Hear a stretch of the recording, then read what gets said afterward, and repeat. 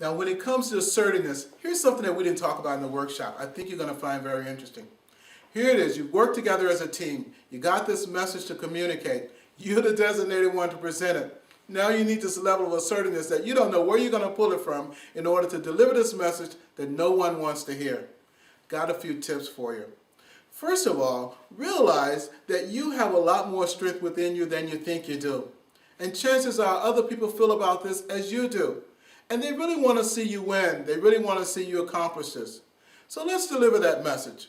Here it is you're delivering that. First of all, take into account what's in it for them. We talked about that a little bit before. What would be the benefits? What would be the least resistance that they might come up with? How can you overcome whatever that is?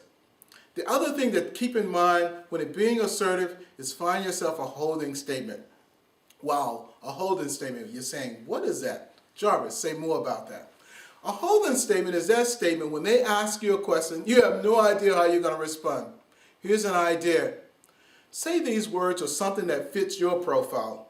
That's a very interesting question that you ask. And you know what? It deserves the best response that I can provide for you. In order to do that, I'd like to have an opportunity to get back to you and give you some specifics that would not necessarily be off the top of my head, but something I really thought through. What does that do for you?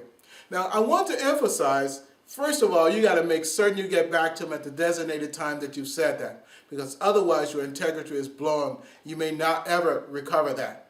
What it does for you, though, is allows you to be in a better position, to be more assertive, realizing you're not going to get stumped by some particular question that may come up. Being able to communicate that tough message is one of the best things you have to do, and it's the toughest thing, because you're representing the team, and the team has put in all of this work, and unless you have the assertiveness to bring forth that message, guess what? The team results does not come to the surface, and never are they realized. So what am I saying? When it comes to delivering that tough message, use your assertiveness. Realize you have a lot more strength than you think you do, and others really want to see you be victorious. At the same time, have that holding statement, which will allow you to have that assertiveness to be able to withstand whatever questions they may ask.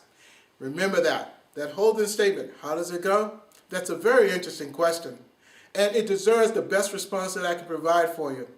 I'd like to have the opportunity to get back to you so I can answer that, not just something off the top of my head, but to give that question the respect that it really deserves. And what are you going to do? Yes, make sure that you get back to them. This will allow you to utilize your assertiveness to support what the team's initiatives have been.